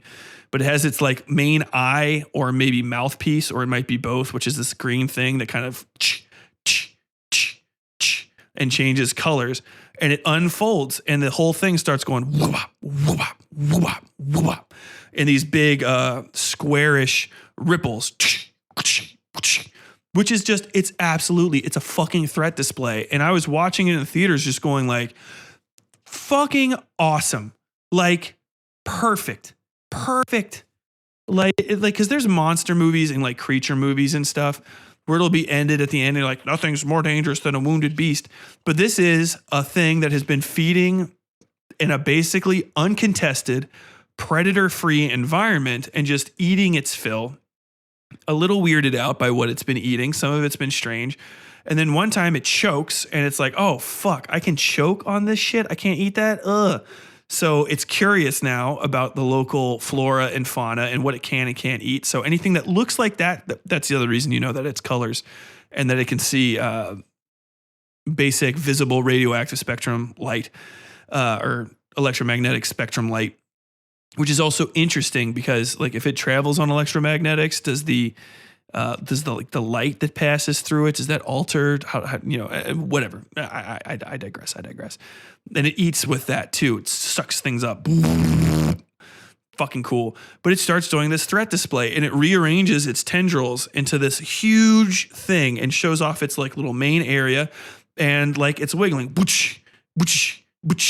And as they're moving kind of around it, kind of trying to distract it a little bit and get it to go here and go there and go away from each other, it flips back and forth. And the flying form, when it adapts to its, when it can move, which one of the main reasons you can tell that it adapts the flying saucer form is because it's very aerodynamic in our atmosphere. And you can see it sometimes when it's thinking or slowing down, it'll billow and wiggle and like think. and kind of just like adjust itself, like something like maybe its hair is raising or its hackles are going up, which is great because this thing has its own fucking biology to it. Biologists, that's what I meant to say. It's got its own biology to it that is extremely nuanced and detailed and very interactive with them. And so they, like any animal, any prey animal, they have all these things. They use camouflage, the big eyes, their own sort of threat displays, fucking poisoning it technically with the things, break off appendages, decoys. It's perfect. And then at the end, they kill it by getting it to attack something that it considers a threat, and it threat displays the thing. It's basically a gigantic balloon, and when it tries to eat it, it blows up and kills it, and then it's kind of floating in the sky at the end. But even that part's fucking amazing because yet again it goes into my like we killed humans. That's the best joke. Humans killed another fucking rare animal, another endangered species with biopolymer pollution. You know what I mean? Not biopolymer. God damn it. Polyurethane? Help me out here. Oil is petroleum with a petroleum based pollutant. Just a fucking gigantic balloon going up there and getting eaten and blowing it up. And so it's dead. And it looks like a jellyfish floating in the sky when it's done. And man, perfect. And then after that, the people show up and start trying to take pictures. She gets her pictures and shit, whatever. The human part of it is not as interesting to me. I mean, it's still good. It's not bad at all. It's just less interesting to me than that monster is because the monster is just so perfectly executed. I want shit like that. That's so great. The UFO story is that the UFO is real and it's a fucking UFO, but there's no monsters coming out of it. There's no aliens. They don't want anything from you. They don't even want to talk to you. It can't even communicate. It's just here to eat stuff, and not in like a malicious way. It's literally just eating. It's hungry. It's hungry. It doesn't want to die. It found a place with no predators. It has, by the way, that's the best. That's such good horror writing too, because if you think about it, it gets worse. It has a threat display, which means there's something that can threaten it. It evolved a way mentally to show itself off in a way that could scare off something that could literally harm it. So that's great. So, that thing might have a predator out there. Who knows? In the great star systems, or maybe it's just evolved so that it can leave off whatever planet that created it.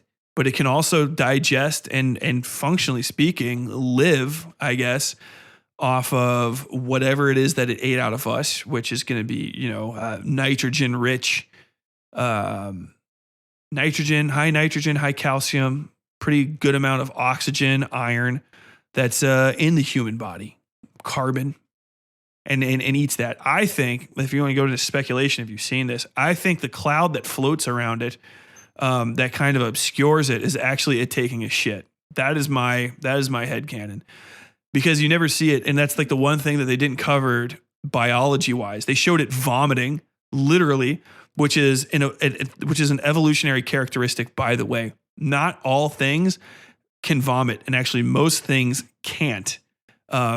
Vomiting is an evolutionary advantage for various animals that evolves in different ways. So ruminants can vomit in order to fully digest their food, right? But not all of them can. Some of them have their own internal rumination things, and so they can't vomit. Rabbits can't vomit. They literally can't. So if they eat a poison, it's just in them. But they also wouldn't in general, because they can kind of tell what is and isn't poisonous in their environment edible wise. And they kind of teach each other what to eat, and they know instinctually like what to smell for. So they can go out and just smash an entire field of Timothy and they'll be fine.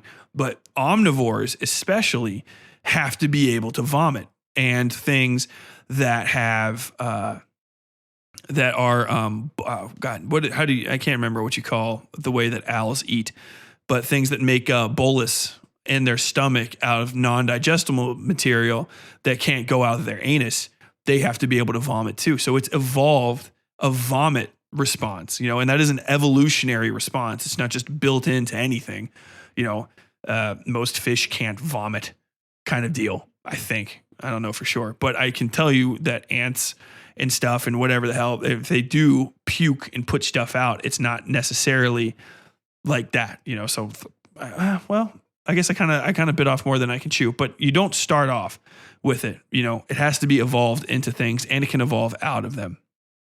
Amoeba can't vomit technically. Some things just go in and then go through, and they can't get it out. But even the way that it can vomit and vomitarily and stuff, it's, I'm going into it too much, but that it has a gastrointestinal tract of some alien production, and that gastrointestinal tract has like a variety of shit to it that can change it, and that it can be affected is fucking great. Because I never saw an alien movie where the alien was like all that bugged by something it can't eat. The most you get in one of those monster movies is sometimes they'll be like, oh, it chewed on this, but it couldn't like chew through it kind of deal. But it reminds me of Jaws when they cut open the one shark and they pull out the fucking license plate and stuff. And I like that. I really enjoy the biology, but also, yeah, the one thing they don't really cover is like, does it excrete things? Because obviously it has to vomit. It's got to excrete things, and it hides in this cloud that doesn't move. Right.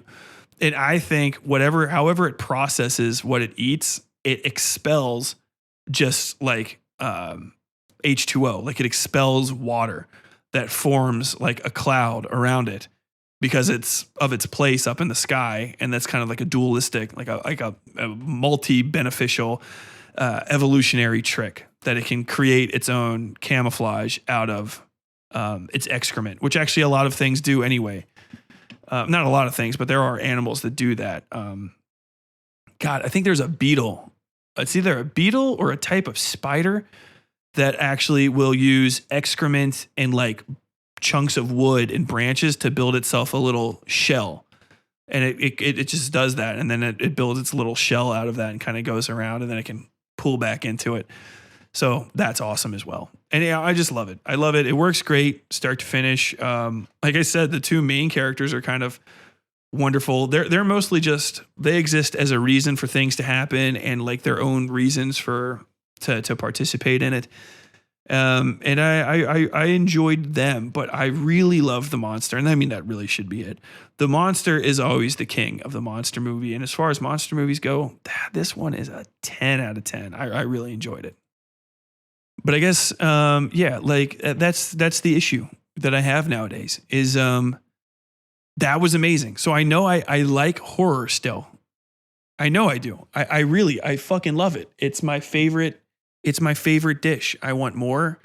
And like, I feel really comfortable when I was watching that stuff. I felt really comfortable and like vibing, when I was watching even Death Note, which is, corny and sometimes shit at times, but it presents itself in a way where its corniness and its like general shittiness is still like a beneficial part of it. Even if you have to take a point off, you're not going to take off more than one, because you're like, all right,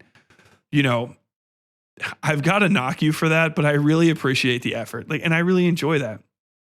And so, yeah, I know, I guess that kind of leaves it. I guess I did talk more than I expected to, but, yeah, man, I hope I can kind of just pull myself out of this funk. If you guys have any recommendations for good books, and they better be good, feel free to send them my way. I want to be surprised, but I'm not going to lie. The current crop of professional horror authors and people that just exist in that dark fiction space, I mean, it's just, it's really just generally bad. I mean, it sucks to say, but I literally haven't read any of them, even the ones that are like kind of better. Like I would still, the Head Full of Ghost guy, Paul Tremblay, right? I would still read even the most mediocre Dean Koontz book over any offering he had if I had to pick up two. Because even though his one thing was pretty good, like, I mean, I've read 20 fucking Dean Koontz books, which means I've read every fucking Dean Koontz book.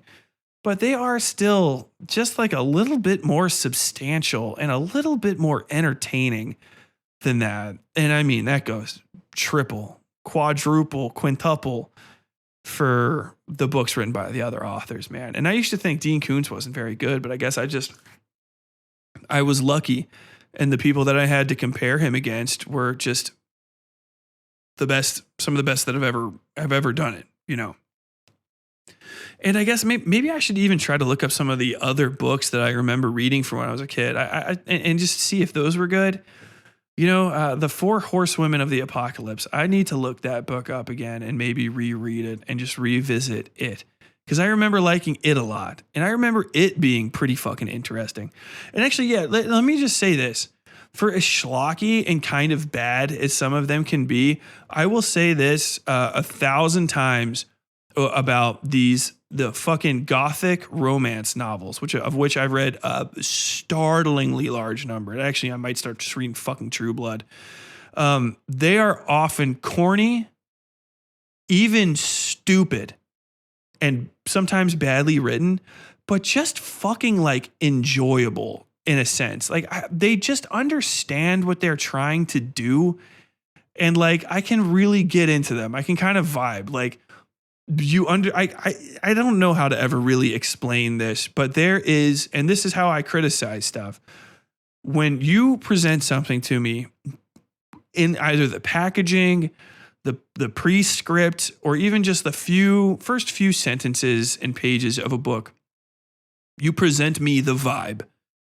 And once I understand that that's the vibe, and unless you're extremely good or hilariously enough, extremely bad, and the vibe changes, like I judge based on the vibe. Every fucking Clive Barker book I've read, vibe, dude, start to finish. And some of them I'm like, I don't really like this, but I get it. Like, I can't knock it that much, you know. But not fucking Cold Hard Hollow or Cold Hard Canyon. Jesus Christ, that book was fucking good. And I got to read that like two years ago. I almost want to just reread Cold Hard Canyon. Like now that I'm getting older, I understand these people that reread the same books a few times. It's just because the industry turns out some fucking dog shit, bro.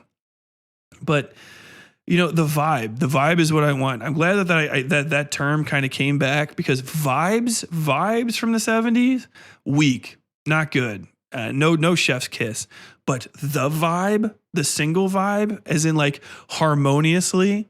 We don't need multiple vibrations. We just need that one vibration, that one vibe. That vibe is on. Perfect. The generation knocked it out. That lingo I will keep. I will probably use that until I die. I really like the vibe as a thing. And I feel like it's if vibes came back and turned into a better version of itself, I don't think it's going to go away anytime soon. But yeah, if the vibe is described and then off, like, fuck, what am I going to do? And if the vibe is just never fucking established, like, eat shit, man. Like, what are you doing? Like, I can't fucking listen to you all day. I got paid for this, man. And like, if I get to like, I'm stuck sometimes. You know, I don't have time for shit anymore. Like, I don't have any fucking time. So I've got to listen to Audible and stuff. And I really do listen. Right now I'm doing My Heart is a Chainsaw by Stephen Graham Jones. And the vibe is not there yet. And we're already pretty deep in. Some Swedish people have died. They got killed by a slop hare on a lake. That was boring. It was badly written and it was boring, unfortunately. Will it get better? I don't think so. Because right now I'm listening about this girl, and all she keeps doing is talking about fucking horror movies. And like, she's the biggest horror movie fan ever. And she's having a mental breakdown and doing all kinds of chaotic shit.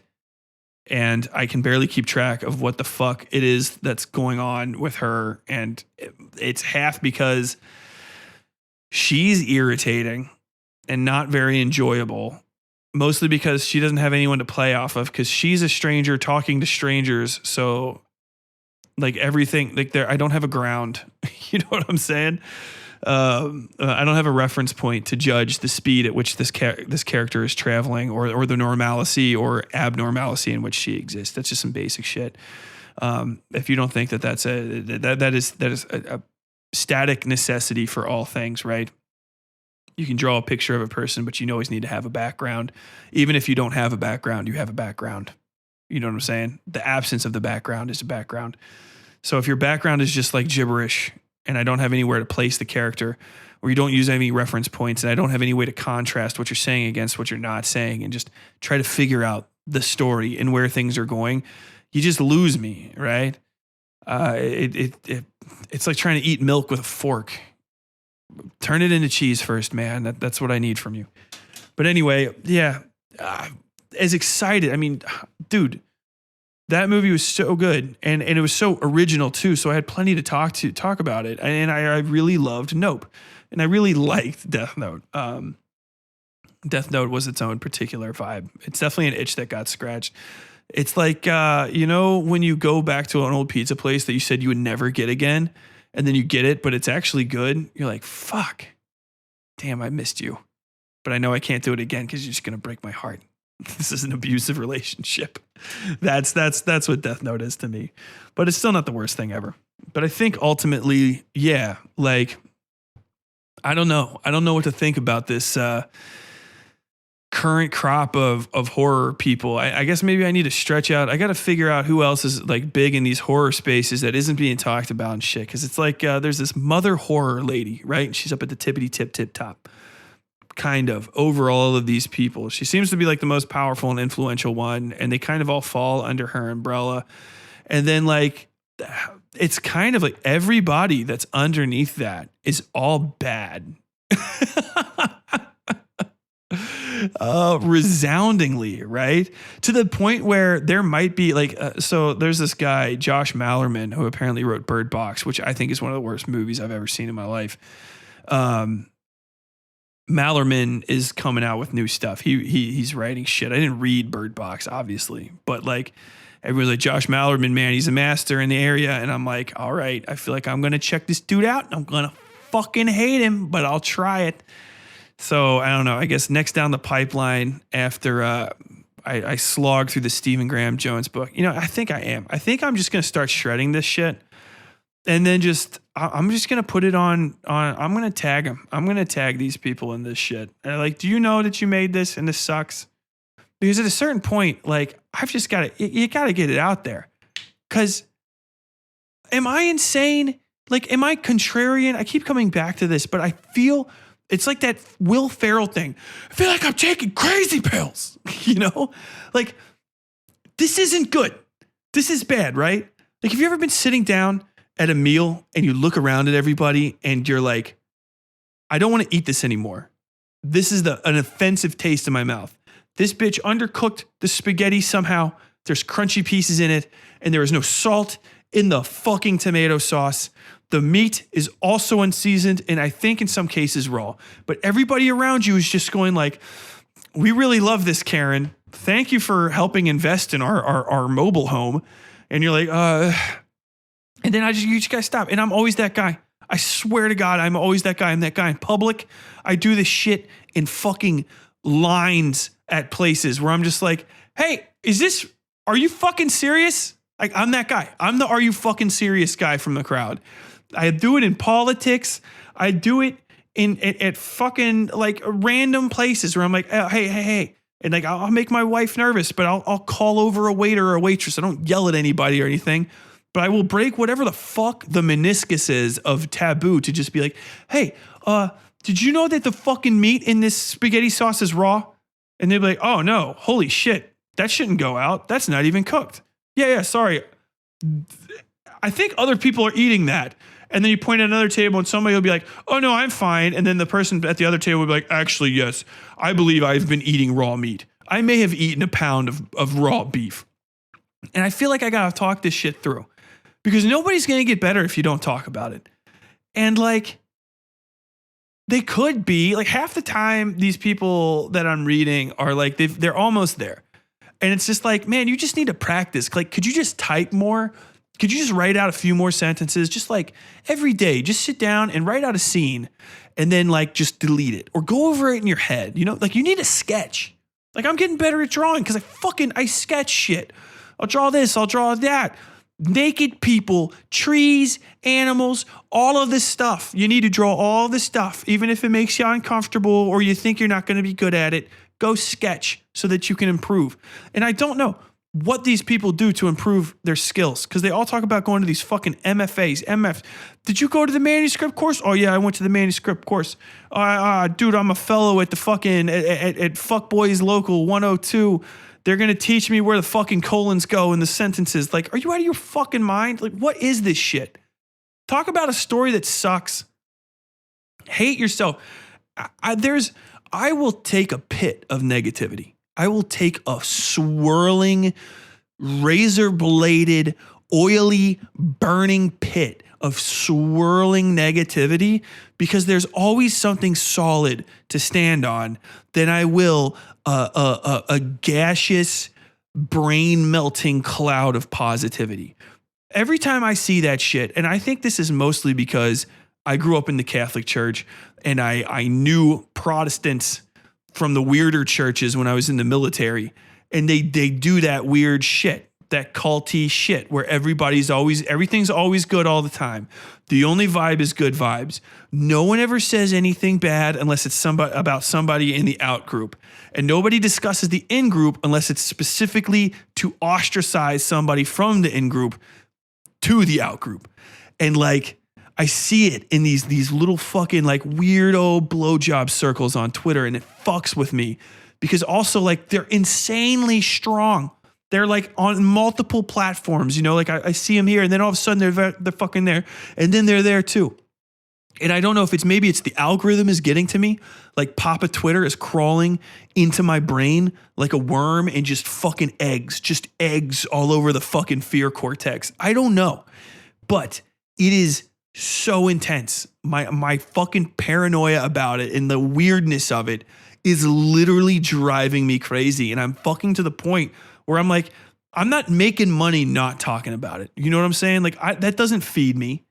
What benefit does it give me? And if it doesn't do anything and it's not going to like I'm not securing some social freedom for other people that I don't get the benefit of, but that does benefit a large amount, like most of humanity. Like, it's just people selling shitty fucking books and giving shitty reviews of shitty books and blowing up like the fucking North Star. And sometimes you even see like a little bit of a self-awareness in it. And I see like some of them and they'll be like, you know, I don't feel like there's space for negativity in this world. You know, this has always been such a positive space and I like the positive. What does that mean? What does that mean? It's like the Boys season 2 when they talk about you're a toxic personality. I see that in them and it fucking weirds me out, man. It really sets off all of my fucking alarm bells. And I don't know, maybe there's a story in that. The fucking the bargain bin book cult. Oh, that just sounds cool. Bargain bin book cult. That's a lost R.L. Stine. You know what that is? That's when Stephen King tries to like do an homage to another author, but he would never do one to Stine because they're like the same age. And that would be the Stephen King story. That's the R.L. Stine thing. Maybe I should write that. I'll just fucking freestyle it. The bargain bin book cult. The bargain bin book cult. I'll write that down later. Maybe it'll grow wings. Who gives a shit? But I don't know. I just ultimately, I guess my fucking thing is just I have no fucking respect for the industry and the state that it's in. I want these major corporations destroyed. I want them ripped to pieces. If there's only 3 companies that do fucking anything at a multinational level, I want them either destroyed or I want there to be fucking funding to create at least 10, 15 more because it's never good. It's a fucking monopoly. All right. And no one ever talks about the monopoly. No one rages against the monopoly. These people will piss their fucking pants, shit down their own fucking legs, boots full of urine, sloshing about on the Twitter, pissing and fucking moaning about the most minor shit. A faux pas, a gaffe that some fucking dickhead that's in his 90s made, and everyone like seals will clap. This is how we know we're making change. You haven't done anything. Respond to racism. Do it. But that's what you do to racism. That's natural. That's not meant to be applauded. That's like me saying, like, if you told me you shit in the toilet and then wiped your ass and washed your hands before going and eating a nice fish dinner, I would say, congratulations, you are a basic fucking human being. That's it. You did the thing. You cleaned up after yourself, and now you're enjoying your little fish dinner. You did the basic bitch shit. But I don't see them out there fucking trying to do anything for change, all right? None of these people are using their fucking platforms to do anything of fucking value. And yet somehow they're always like morally expostulating on all of this shit. It's so fucking bizarre. Like, it can't be anything other than window dressing, all right? Like, yeah, okay, I've got a Black Lives Matter sign out in front of my house, which is like a bare minimum shit, dude. It's easy to do. Me and my wife put it together. It's made out of wood. We made it ourselves instead of buying it from fucking Walgreens or whatever the fuck. But like, we made that and we put it outside. Cool. But we also go down and march and shit. I'm going to start doing phone banking to try to get some fucking leftist politicians elected, because I know that if we get some leftists in there, no matter how you think about it, eventually shit will definitely get better for black and brown people. Equity is through fair treatment for the working class. That's real shit. That's fucking materialist ends to materialist fucking questions, right?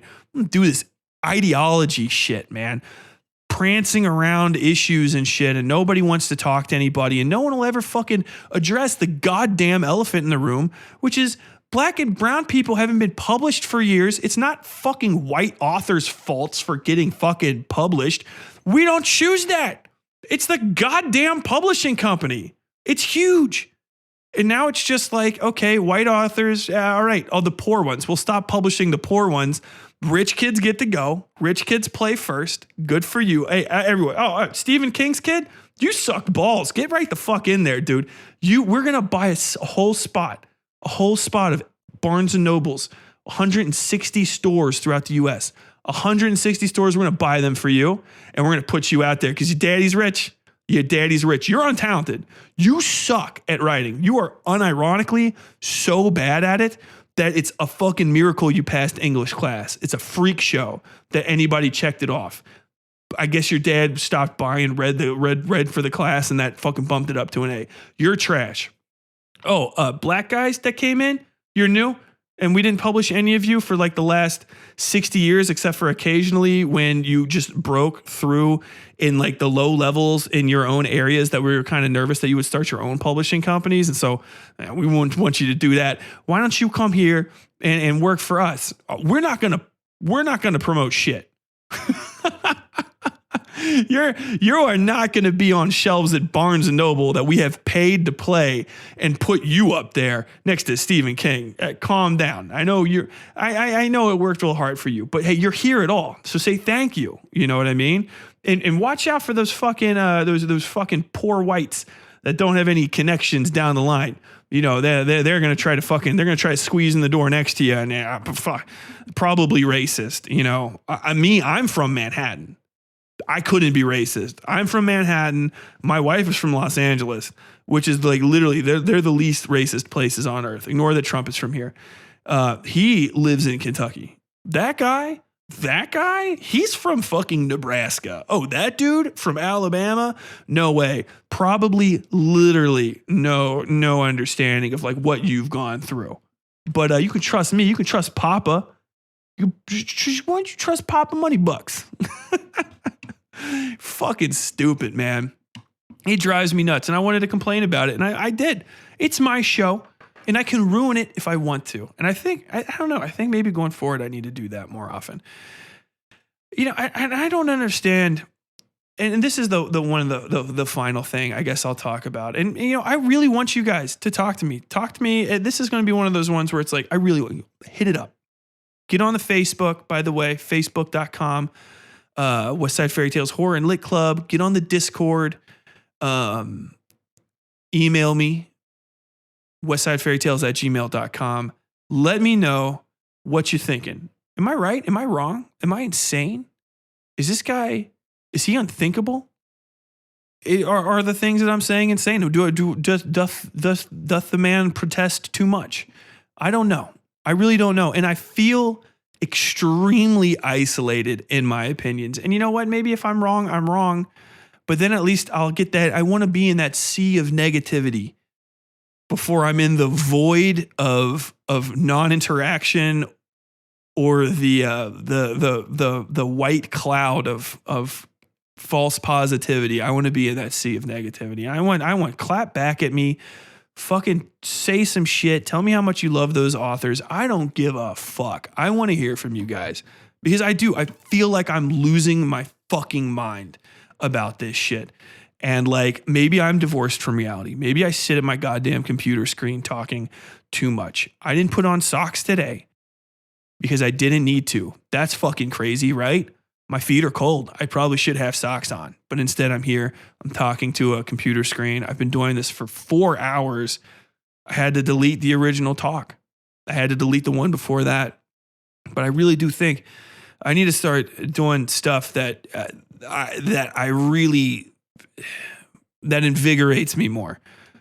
Horror and Lit Club started because I had a bunch of shit I wanted to talk about, a bunch of stuff that people never mentioned, you know, and that were like rare secrets that I wanted to bring up. And unfortunately, just with the way things are and the amount of time I have to explore, I just don't find as much. And it's not to say that there's bad books and there's no good books. I'm just having a lot of trouble with modern stuff, which I was trying to review just because it might have like a little bit of a purpose. I don't know. It might hit the algorithm a little bit harder, and I could try to play off one of these fucking losers' names and try to get myself a few hits. But man, they make it hard by writing such boring shit. And some of it isn't even it's just like not bad enough to really tear into. And some of it's just like, okay, man, I guess this was your shot.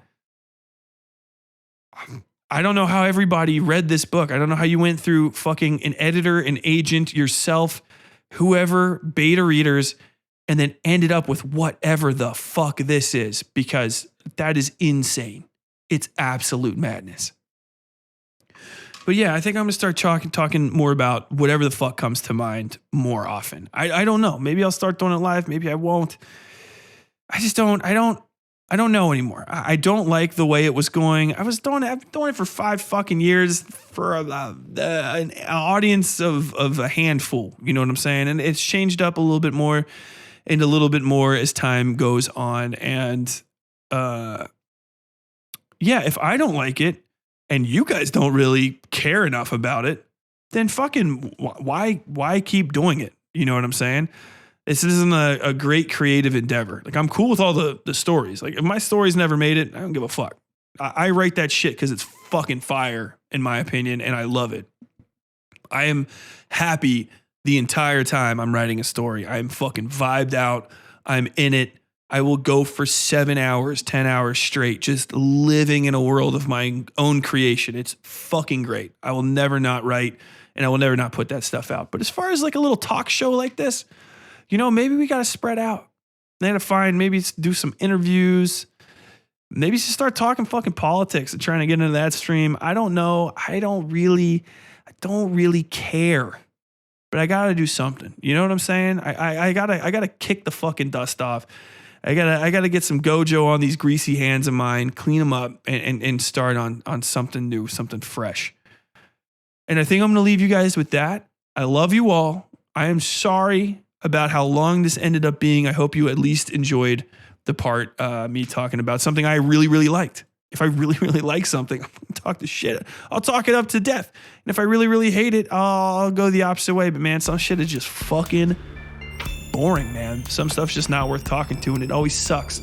You spend $15 and 14, 10, 12, 14, 16 hours of my life listening to it or reading it. It's absolutely fucking miserable. But who knows? Who knows? Until next time, I guess. As always, stay safe out there.